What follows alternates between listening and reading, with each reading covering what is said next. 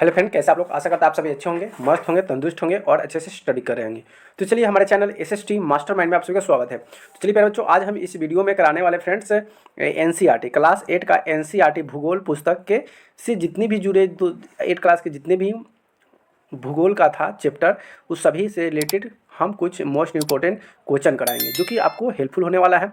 तो परीक्षा में जुड़े हुए और 30 संभावित ऑब्जेक्टिव क्वेश्चन हम कराएंगे और उसके साथ साथ क्वेश्चन के साथ हम आंसर भी कराएंगे, ठीक है, दोनों एक साथ। तो चलिए यहाँ से वीडियो को स्टार्ट करते हैं। चैनल को सब्सक्राइब नहीं किया तो चैनल को सब्सक्राइब जरूर कर लीजिएगा, बेल आइकन को दबा दीजिएगा ताकि हमारे जितने भी नए वीडियो आप तक पहुँचता रहे। तो चलिए यहाँ से स्टार्ट करते हैं और ये रहा आपके सामने पहला क्वेश्चन।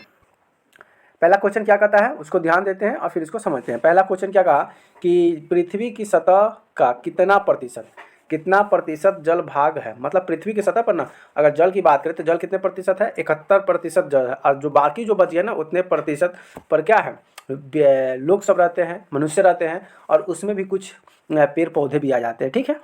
चलिए अगली हम बात करते हैं क्वेश्चन नंबर दूसरा कि ज्वालामुखी विस्फोट से कौन सा चट्टान बनती है। तो ये चट्टान बनती है, आग्नेय चट्टान बनती है। कौन सा चट्टान?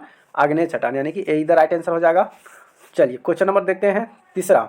क्वेश्चन नंबर तीसरा क्या कहता है फिर बच्चों, इसको थोड़ा सा देख लेते हैं। क्वेश्चन नंबर तीसरा क्या कह रहा है कि सहारा मरुस्थल किस प्रकार का है। सहारा मरुस्थल जो है ये किस प्रकार का है, तो सहारा मरुस्थल है गर्म मरुस्थल है। कैसा है? गर्म मरुस्थल है, यानी कि इधर राइट आंसर हो जाएगा। चलिए अगला हम बात करते हैं कि मानसून भारत का मुख्य कब आती है। तो ये जून जुलाई में आती है। कब आती है? ये जून जुलाई में आती है, यानी कि बी द राइट आंसर हो जाएगा। चलिए अगला क्वेश्चन देखते हैं। क्वेश्चन नंबर क्या कहा? Question number 5। क्वेश्चन नंबर 5 का रहा है कि निम्नलिखित में से कौन सा जलवायु क्षेत्र गर्म और शुष्क होता है। तो गर्म और शुष्क ना रेगिस्तान होता है। कौन सा होता है? रेगिस्तान। बालू पाए जाते हैं जिसकी वजह से वो बालू गर्म हो जाता है और गर्म होने के बाद वहाँ के वातावरण थोड़ा सा गर्मी महसूस होना शुरू हो जाता है, यानी कि क्या हो जाएगा, जलवायु के लिए रेगिस्तान हो जाएगा। अगला हम बात करते हैं कि प्रबल क्या है, प्रबल द्वीप यानी कि कोरल आइलैंड क्या है, कोरल आइलैंड का उदाहरण कौन सा है। अगर प्रबल द्वीप की बात करें तो यहाँ पे जो हो जाएगा लक्षद्वीप हो जाएगा। क्या हो जाएगा? लक्षद्वीप, यानी कि बी इधर राइट आंसर हो जाएगा। चलिए क्वेश्चन नंबर नेक्स्ट बढ़ते हैं। क्वेश्चन नंबर नेक्स्ट क्या करा है कि विश्व में सबसे बड़ी नदी डेल्टा कौन सी है। सबसे बड़ी अगर नदी डेल्टा की बात करें तो ये गंगा ब्रह्मपुत्र डेल्टा हो जाएगा। क्या हो जाएगा? गंगा ब्रह्मपुत्र डेल्टा, यानी कि बी द राइट आंसर हो जाएगा। चलिए क्वेश्चन नंबर अगला देखते हैं कि पृथ्वी पर सबसे बड़ा जंगल क्षेत्र कहाँ पाया जाता है। पृथ्वी पर सबसे बड़ा जंगल क्षेत्र कहाँ पाया जाता है। तो ये सबसे बड़ा जो जंगल क्षेत्र होता है ना, ये अमेजन बेसिन में पाया जाता है। सबसे बड़ा जंगल क्षेत्र है, उसमें बड़े बड़े सांप और बड़े बड़े जीव जानवर पाए जाते हैं। तो पृथ्वी पर सबसे बड़ा जंगल क्षेत्र होगा तो कौन हो जाएगा? अमेजन हो जाएगा, ठीक है, यानी कि बी द राइट आंसर हो जाएगा।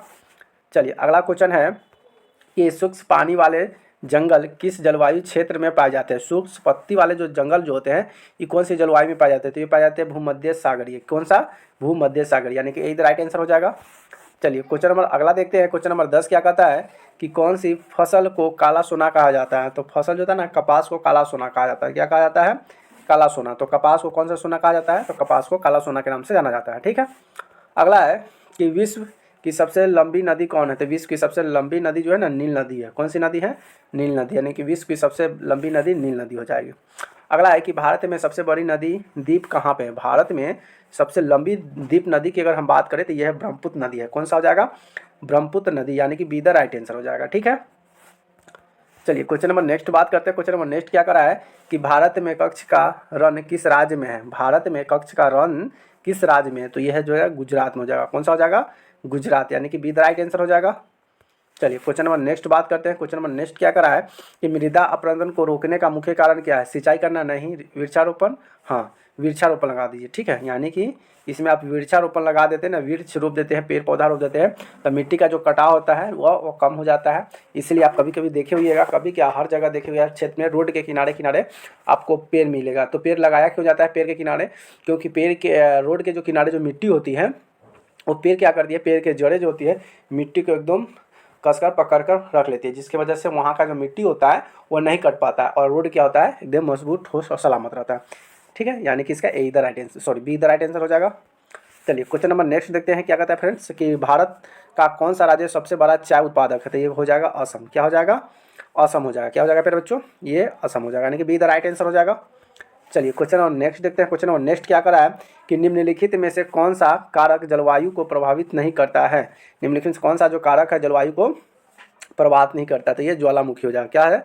ज्वालामुखी है जो जल को प्रभावित नहीं करता है, ठीक है। चलिए क्वेश्चन नंबर नेक्स्ट क्या कहता है कि उन्हें संसाधन कहा जाता है, सॉरी किन्हें संसाधन कहा जाता है।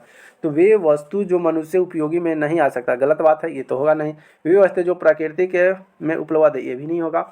और संसाधन, तो वे वस्तु जो उपयोगी और सुलभ हो, हाँ ये हो सकता है। वे वस्तु जो उपयोगी भी हो और सुलभ भी हो, अच्छा भी हो, यानी वो संसाधन कहलाते हैं, यानी कि सीधा राइट आंसर हो जाएगा। चलिए क्वेश्चन नंबर नेक्स्ट क्या कहता है, उसको देख लेते हैं कि कौन सी नदी भारत के पूर्वी भाग में बहती है। कौन सा नदी है जो भारत के पूर्व में बहती है। तो पूर्व में जो बहती है ना नदी, वो गोदावरी है। भारत के पूर्व में बहने वाली नदी कौन सी है, गोदावरी, यानी कि बी द राइट आंसर हो जाएगा। चलिए अगला क्वेश्चन क्या कहता है कि हरित क्रांति मुख्यतः किससे संबंधित है। हरित क्रांति की बात करें तो हरित क्रांति जो है ना, ये गेहूं से संबंधित है। किससे संबंधित है, गेहूं से संबंधित है, यानी कि ए द राइट आंसर हो जाएगा। चलिए क्वेश्चन नंबर अगला देखते हैं। क्वेश्चन नंबर अगला क्या कहता है कि विश्व में सबसे अधिक वर्षा कहाँ होती है। तो ये होती है मानसीराम, ये मानसीराम होती है। और ये मानसीराम कहाँ पड़ता है, कौन सा स्टेट में, तो ये मेघालय में पड़ता है। क्या पड़ता है, मेघालय, मेघालय, मानसीराम मेघालय, ठीक है, ये मेघालय में है, जो कि वहाँ पे वर्षा का घर भी कहा जाता है, ठीक है, वर्षा का घर भी कहा जाता है, वहाँ पे खूब बारिश होता है, मानसीराम मेघालय। अगला है कि सब भारत में सबसे बड़ा कोयला क्षेत्र कहाँ पे है। तो भारत में सबसे बड़ा कोयला क्षेत्र जो है ना, ये झारखंड में है। कहाँ पे है, झारखंड में, यानी कि ए ई द राइट आंसर हो जाएगा। चलिए क्वेश्चन नंबर देखते हैं 22 क्या कहता है कि रेडियोधर्मी खनिज किसे कहते हैं। रेडियोधर्मी जो खनिज है इसे कहा जाता है यूरेनियम कहा जाता है। क्या कहा जाता है, यूरेनियम, यानी कि बी द राइट आंसर हो जाएगा। चलिए क्वेश्चन नंबर नेक्स्ट क्या कहता है कि कौन सा तापीय ऊर्जा प्रमुख स्रोत है। कौन सा तापीय ऊर्जा का प्रमुख स्रोत है, तो ये हो जाएगा कोयला। क्या हो जाएगा, कोयला, यानी कि ए ई द राइट आंसर हो जाएगा। चलिए क्वेश्चन नंबर नेक्स्ट क्या कहता है कि टुंडा क्षेत्र क्या है। टुंडा क्षेत्र में कौन से पेड़ लगाए जाते हैं। टुंडा जो क्षेत्र होता है उसमें जो पेड़ लगाया जाता है, ये न लाइपन का होता है न देवदार का, यानी कि हम बात करें ना ओक का भी होता है, यानी इसमें से कोई है ही नहीं। क्या है, इसमें कोई आंसर है नहीं, यानी कि A B the right answer हो जाएगा, सीरीज। अगला है कि कौन सा ग्रह सूर्य के सबसे दूर है। तो देखिए सूर्य ग्रह जो है ना, सूर्य के सबसे दूर की बात करें तो ये नेपच्यून ग्रह है। क्या है, नेपच्यून ग्रह। अगर यहाँ पे बात करते हैं कि यहाँ पे सूर्य है, तो दूरी के हिसाब से एकदम सबसे लास्ट में आता है नेपच्यून आता है। क्या आता है, नेपच्यून। तो ये सबसे दूर ग्रह हो जाएगा, ठीक है, यानी कि नेपच्यून इधर राइट आंसर हो जाएगा। चलिए क्वेश्चन नंबर नेक्स्ट देखते हैं। क्वेश्चन नंबर नेक्स्ट क्या कहता है कि भारत का सबसे बड़ा थर्मल पावर स्टेशन कौन सा है। भारत में जो सबसे बड़ा थर्मल पावर स्टेशन कहा जाता है वो है रामागुंडम। क्या है, रामागुंडम, यानी कि डी द राइट आंसर हो जाएगा। रामागुंडम इधर राइट आंसर हो जाएगा, ठीक है। चलिए क्वेश्चन नंबर नेक्स्ट देखते हैं। क्वेश्चन नंबर नेक्स्ट क्या कहता है कि कौन सा संसाधन अच्छे नहीं होता। कौन सा संसाधन अच्छे नहीं होता, अच्छा है। तो अगर इसकी बात करें तो ये कोयला हो जाएगा। क्या हो जाएगा, कोयला जो होता है अच्छे नहीं होता है। चलिए क्वेश्चन नंबर नेक्स्ट क्या कहता है उसको देखते हैं कि नर्मदा नदी का उद्गम स्थान कौन सा है। नर्मदा नदी का उद्गम स्थान कौन सा है, तो इसमें हो जाएगा अमरकंटक। क्या हो जाएगा, अमरकंटक, यानी कि ए इधर राइट आंसर हो जाएगा। चलिए क्वेश्चन नंबर नेक्स्ट देखते हैं। क्वेश्चन नंबर नेक्स्ट क्या कहता है कि भारत का कौन सा राज्य चावल का कटोरा कहा जाता है। मतलब भारत के कौन सा राज्य को चावल का कटोरा कहा जाता है, तो ये कहा जाता है छत्तीसगढ़ को। किसको कहा जाता है, छत्तीसगढ़ को।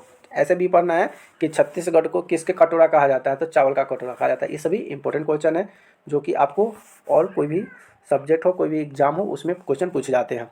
अगला है कि भारत का सबसे ऊंचा पर्वत कौन सा है। भारत का सबसे अगर ऊंचा पर्वत की बात करें तो ये कंचनजंगा है। कौन सी है, कंचनजंगा है, ठीक है। चलिए अगला बात करते हैं, और अगला नहीं, यहाँ से 30 क्वेश्चन हो गए समाप्त। और देखिए जितने भी हम क्वेश्चन कराए ना, सभी मेन उद्देश्य से कराया गया है, क्योंकि एग्जाम में पूछने वाले क्वेश्चन है। जैसे कि इस प्रश्न का अभ्यास कॉम्पिटेटिव एग्जाम की तैयारी के लिए आवश्यक होगा। भूगोल के मुख्य अवधारणाओं को समझाना और बार बार पुनः करना परीक्षा में सफल हो जाता है। आप इसको जनरली भाषा में कोई भी एग्जाम के लिए आसानी से इसे तैयार कर सकते हैं और इसे आप पढ़ सकते हैं, ठीक है। चलिए तो वीडियो को यहीं तक अंत करते हैं। वीडियो देखने के लिए बहुत बहुत धन्यवाद। अगर वीडियो अभी तक सब्सक्राइब नहीं किया है चैनल को सब्सक्राइब जरूर कर लीजिएगा। बेल आइकन को दबा दीजिएगा ताकि हमारे जितने भी नए वीडियो अब तक पहुँचता रहे। फिर मिलते हैं नए टॉपिक में नए वीडियो के साथ। तब तक के लिए बाय बाय, लव यू।